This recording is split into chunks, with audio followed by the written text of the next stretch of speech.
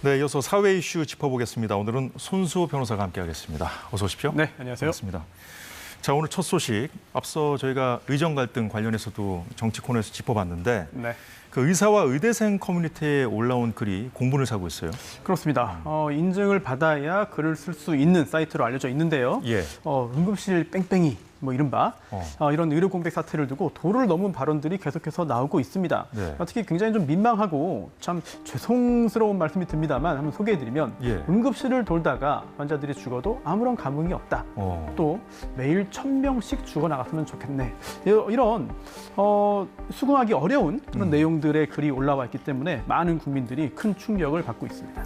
뭐 국민들을 지칭하면서 뭐 견민, 개돼지, 조센징 이런 표현까지 썼다고 그러는데 그렇습니다. 믿기지가 않아요. 그렇죠. 물론 정부의 의료 정책에 대한 찬반은 나뉠 수가 있어요. 그리고 당사자인 의료계의 입장도 다를 수 있습니다. 하지만 본인들의 주장을 정당하게 내세우는 것을 넘어서 이렇게 국민들이 분노하게 만드는 표현을 쓴다는 것은 예. 본인들에게도 도움이 되지 않을 것 같은데 이런 일이 벌어졌기 때문에 많은 국민들이 이제 화가 나야 될 것 같아요. 뭐 어쨌든 일부 의사들의 얘기잖아요. 네. 그래서 그 의사들 그 내부 분위기는 어떻습니까? 이 상황을 보는. 네. 우선 이 사이트에 가입해서 글을 쓴 사람들이 정말 의사냐 또는 정말 모두가 의대생이냐 여부에 대해서도 예. 논란이 좀 있습니다. 물론 누군가는 빌려서 로그인했거나 또는 상식적으로 이해가 되지 않으니까. 네네. 또 의료계 내에서도 어떻게 이런 일이 있을 수 있느냐라는 입장도 있고요. 또 반면 지금 상황은 이런 표현을 쓸 수밖에 없다. 이런 표현을 하도록 만든 정부의 잘못이다라고 주장하는 의견도 일부 있고요. 네. 그리고 또 국민들에 대한 또 정부에 대한 비난뿐만 아니라 동료 예. 의사들에 대한 비난까지 있기 때문에 더 큰 논란이 있거든요. 블랙리스트 말씀하시는 그렇습니다. 거죠? 심지어 응급실 부역이라는 참 입에 담기 힘든 그런 용어까지 쓰고 있는 실정인데요. 각 병원 응급실에서 열심히 일을 하고 있는 의사들의 예. 실명을 공개하고요. 그리고 또 그뿐만 아니라 연락처라든지 또는 학력, 어디에 사는지 물론 진실 여부가 확인되지 않았습니다만 그런 개인 정보들을 공개하고 여기에 더해서 제보를 받는다는 글도 올라왔어요. 즉 공격을 네. 하기 위해서 특히나 아주 심각한 범죄, 살인이라든지 또는 성범죄 등의 제보를 우선적으로 받는다라는 글까지 올라와 있어서 의료계 내에서도 여러 가지 이야기들이 나오고 있고요.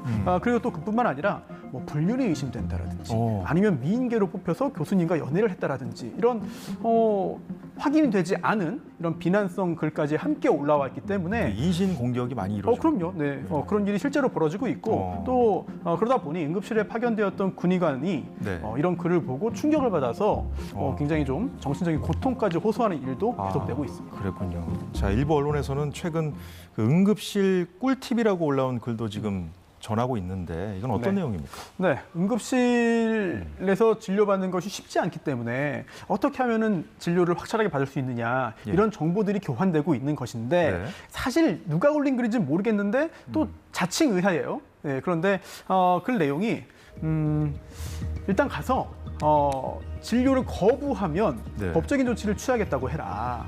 이런 내용들이 있어요. 예. 이거는 의사와 의대생들만 쓰는 방법이다. 이런 주장도 하고 있습니다. 그런데 사실 이거는 진실은 아닌 것 같아요. 왜냐하면 법적으로 보더라도 이 응급의료에 관한 법률상 응급의료를 거부할 수는 없습니다. 하지만 정당한 사유가 없는 경우에 거부했을 때 처벌 대상이 되는 거거든요. 그런데 법 해석에 따르면 그리고 또 지난 2020년 보건복지부의 의료법 6권 해석에 따르더라도 인력이 부족한 경우에는 진료를 응급의료를 하지 못한다 하더라도 이거 정당한 사유가 인정되거든요. 그래서 응급의학과 교수도 이거 믿지 말아라, 이거 틀렸다라는 입장을 밝혔고요. 계속해서 혼란이 계속되다 보니까 이런 정확하지 않은 정보들이 퍼지면서 오히려 더 현장에 혼란을 또 부추기는 게 아닌가 싶습니다. 네, 누가 썼는지 밝혀지진 않았습니다만 그 내용을 뜯어보면 어쨌든 현장에서 고군분투하고 있는 의료진들을 좀 힘들게 하는 그런 내용이군요. 그렇습니다. 결과적으로는 이런 잘못된 정보 때문에 계속해서 혼란이 더 가중된다면 좀 희생하는 마음으로 현재 응급실 진료에 최선을 다하고 있는 의료진들이 허탈해질 수 있고 더 실제적으로 여러 가지 곤란함이 생길 수밖에 없겠죠. 자, 이른바 그 의료계 블랙리스트 사건에 대해서 지금 경찰이 수사하고 있는데 한덕수 국무총리도 오늘 대국민 담화 통해서 엄정하게 대처하게 또 재차 밝혔거든요. 수사는 어떻게 진행되고 있나요? 네, 경찰도 입장을 밝혔습니다. 현재 적극적인 수사가 이루어지고 있고 그리고 또 실제로 신원을 파악해서 송치한 경우도 있습니다. 예.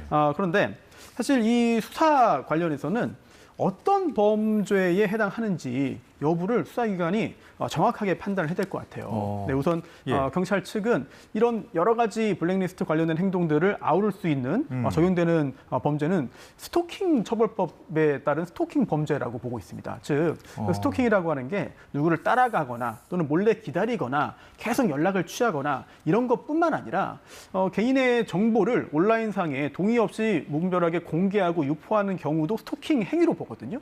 또 그러한 행위가 반복적 또는 지속적으로 이루어지면 스토킹 범죄이기 때문에 당연히 형사처벌 대상이 된다라고 경찰은 보고 있고요. 예. 그리고 또 그러한 내용 자체가 법적으로 협박으로 해석되거나 또는 그러한 협박에 의해서 법적으로 의무가 없는 일을 하게 만들면 또 강요죄가 될 수 있겠고요. 예. 그리고 또 대상자가 누구인지 특정이 돼야겠습니다만 명예훼손 또는 모욕죄 성립 가능성도 존재합니다. 그리고 응급의료에 관한 법률에 따르면요. 네. 응급의료 행위를 방해하면 안 돼요. 즉 폭행하거나 협박하거나 위계, 위력 또는 그 밖의 방법으로 방해하면 안 되는데 네. 법적인 분석이 필요하겠습니다만 이렇게 온라인상에 글을 써서 부담을 주는 방법으로 응급의료가 제대로 진행되지 못하도록 하는 것도 과연 여기서 말하는 방해에 해당될 것이냐. 경찰이 상당히 좀 적극적인 그런 법 해석을 한다면 여기에 예. 대한 수사도 진행될 수 있겠습니다. 네, 그럼 정부가 지금 의료계를 향해서 대화를 촉구하고 있습니다만 불법 행위는 불법 행위대로 좀 엄정하게 대처해야겠습니다. 자, 걸그룹 뉴진스가 기자회견을 했네요. 어떤 내용이었습니까? 네, 어제 저녁이었는데요. 많은 분들이 굉장히 깜짝 놀랐습니다. 왜냐하면 굉장히 인기가 많은 걸그룹이고 그리고 네. 또 뉴진스의 프로듀서가 또 민희진 전 대표이고 그렇죠. 또 소속사가 어도어인데 어도어의 대주주는 굉장히 유명한 또 하이브 아니겠습니까? 그렇죠. 예. 그러다 보니까 민희진 전 대표와 하이브 사이에 법적인 갈등이 계속된 상태에서 지금도 진행 중인가요? 그렇습니다. 진행 중이고요. 어떤 상황이길래 뉴진스까지 나서서 기자회견을 한 건가요? 네. 민희진 전 대표가 이제 하이브와의 계약에 의해서 주주간 계약을 체결했죠. 그러면서 80%의 지분을 하이브가 가지고 있기 때문에 사실 이사 선임, 대표이사 선임 등등을 경영을 좌지우지할 수 있습니다. 하지만 당시에 산하 레이블로 들어가면서 5년 동안 대표이사직을 보장해주기로 약정을 했습니다. 그렇죠. 하지만 갈등이 생기면서 하이브가 민희진 당시 대표이사를 해임했거든요. 네. 여기에 대해서 민희진 씨 측에서는 이거는 그동안 있었던 갈등 때문에 부당하게 나를 해임한 것이다 라고 주장을 하고 있고요. 반면 하이브 측에서는 민희진 전 대표를 해임한 것이 정당하다라고 주장을 하고 있는 상태에서 뉴진스는 사실 민희진 전 대표에 대한 상당히 강한 믿음을 여러 차례 보였습니다. 네. 그런 상황에서 계속해서 민희진 전 대표가 자신들과 함께 일을 하지 않는다면 본인들이 추구하는 음악적인 성과를 낼 수 없다는 주장을 하면서 민희진 전 대표를 복귀시켜 줄 것을 하이브 그리고 또 방시혁 의장 측에게 공개적으로 요구했습니다. 뉴진스가 회견한 영상 잠시 보고 이어가도 될까요? 네. 앞으로 누굴 믿고 의지해야 할지 정말 막막해요. 그래서 이렇게라도 이런 식으로 말하지 않으면 아무도 모를 것 같아서 매니저님이 무시해라고 하셨거든요. 제 앞에서. 제가 다 들리고 보이는데 무시해라고 하셨어요. 근데 제가 왜 그런 일을 당해야 하는지 저희가 원하는 건 민희진 대표님께서 대표로 있으신 경영과 프로듀싱이 통합된 원래의 어도어입니다. 방 회장님 그리고 하이브는 25일까지 어도어를 원래대로 복귀시키는 현명한 결정을 해주시기 바랍니다. 네, 민 전 대표죠 이제. 네. 민 대표가 대표였을 당시에 어도어로 원상복구해라. 그래서 날짜까지는 못 박았는데 이 영상은 지금 삭제됐고 영상을 올린 유튜브 계정도 좀 폐쇄됐다고 합니다. 네.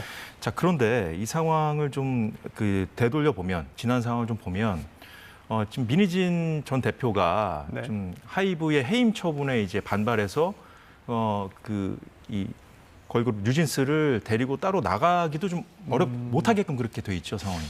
현실적으로는 그래 보입니다. 왜냐하면 저도 이런 유형의 이 분야 예. 일을 좀 하다 보면은 연예인과 소속사 사이의 갈등은 상당히 자주 일어나요. 그리고 언론에 공개되지 않고 잘 무마되는 경우도 꽤 많거든요. 예. 그런데 이 건의 경우에는 사실 뉴진스의 그 멤버들과 계약을 체결한 당사자가 민희진 전 대표가 아니라 어도어라는 회사입니다. 그리고 또 네. 그런 어도어라는 회사를 지배하고 있는 것이 하이브거든요. 그렇죠. 그리고 그런 네. 상황에서 뉴진스 입장에서 다시 하이브의 영향에서 벗어나서 민희진 전 대표와 함께 일을 하기 위해서는 이 계약의 효력을 결국은 없애야 돼요. 그렇게 하기 위해서는 어도어 또 주주인 하이브 측에 어떤 잘못이 있어야 네. 이 계약의 효력을 부정할 수가 있는데 현재로서는 과연 법적으로 인정될 것인지 다소 네. 의문스럽고 네. 만약 그런 부분이 없다면은 위약금을 지급하고 위약금이 얼마인가요? 위약금이 네.